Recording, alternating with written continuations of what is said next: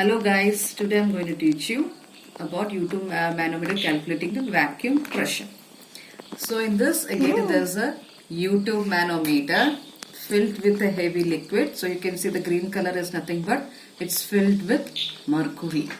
This U2 manometer is one end is open to the atmosphere and the other end is connected to a vessel or a pipe carrying a fluid whose pressure we need to calculate. We don't know the pressure.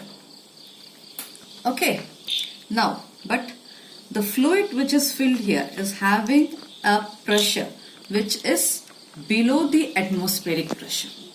So in this case, what happens, since this fluid which is filled in this pipe or a vessel is less than the atmospheric pressure, due to the, what happens, the mercury which is filled in the U2 manometer gets sucked out by this fluid which is filled in this vessel. So when you see this has been sucked out, you can see the level of the mercury from the right limb has completely come down and it has increased in the left limb. So you can see in the right limb there is no mercury. All the mercury has come down to the left limb. Now I have taken X as the datum.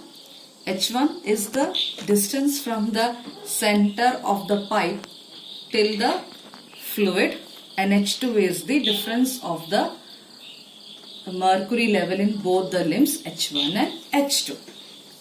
So here equating both the pressure on both the sides by using that thing, what I have taken is pressure in the left limb. So this is the pressure at the left limb. So PA, which is unknown to us, plus ρ1 GH1 plus ρ2 GH2. Now ρ1 is equal to density of this unknown, density of this fluid.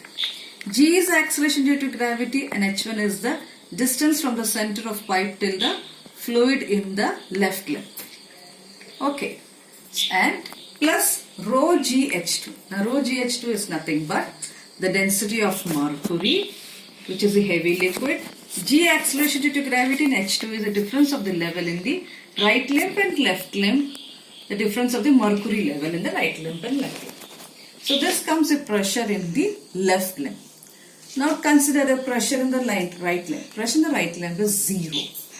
Now I have to equate both the pressure in both right limb and left limb. I will get the equation PA, that is pressure of this unknown fluid, plus ρ1 G1 H1 plus rho GH2 is equal to 0. While taking the ρ1 GH1 and ρ2 GH2 onto the right hand side, I get PA is equal to minus ρ2 GH2 plus ρ1 GH1 minus, where G I have taken outside, ρ2 H2 plus ρ1. So you get a negative pressure when you measure the vacuum pressure by using U2 manometer. So as I said, U2 manometer is used for measuring the pressure of a fluid. Fluid becomes liquid, gas. It can be used for calculating positive pressure as well as negative pressure. So last video I have shown you about calculating the gauge pressure, that was your positive pressure, where in this case I have calculated the vacuum pressure which is a negative pressure. Now, we'll solve a problem based on this. Question goes like this. A simple U2 manometer.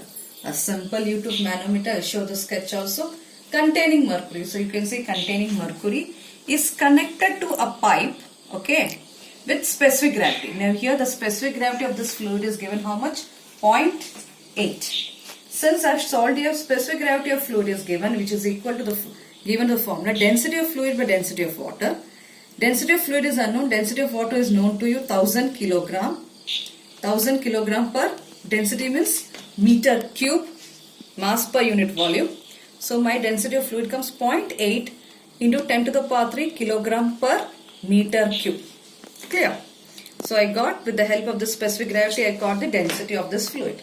And having vacuum pressure. So if this, we understood it's a vacuum pressure is flowing. The other end of the manometer is open to the atmosphere is given. The other end of the manometer is open to the atmosphere. Find the vacuum pressure if the difference of the if the difference of the mercury in the two limb is 40. So difference of the two limb H2 is given as 40 centimeter. I have given you 0.4 meter. And the height of the fluid in the left limb from the center of the pipe is 15. From the center of pipe, the height of the liquid is 15 centimeter, 0.15 meter. So as I told you, I got the density of fluid. Similarly, of density of mercury, I get 13.6 into 10 to the power 3 kilogram per meter cube. H2 is given 40 centimeter, 0.4 meter. H1 is 15 centimeter, 0.15 meter. Equating this value or putting this values in the corresponding equation what I have got here for getting the pressure for vacuum, I got minus G rho 2 H2 plus rho 1 H1. Substituting the values, rho 2 is nothing but mercury density of mercury 13.6 into 10 to the power 3 into 0.4, that is height of this is 0.4, 40 centimeter into 0.8, the density of the fluid 0.8 10 to the power 3 into 0.15. When I get 5860 which I multiply. So the value what I am getting is 54543 Newton per meter square. So it is minus 54,543 Newton per meter square. So this is the solution for the given question. From this question we get is vacuum pressure. So I have got a negative pressure minus 54543 Newton per meter square. So by this video I have made you understand what is calculate the U-tube manometer, calculating vacuum pressure by U-tube manometer and making you solve a problem based on this. My next video will be on differential manometer and problem based on this. Hope you understood. I hope with this video you might have understood. Thank you. Please do share, like and subscribe my channel. Thanks.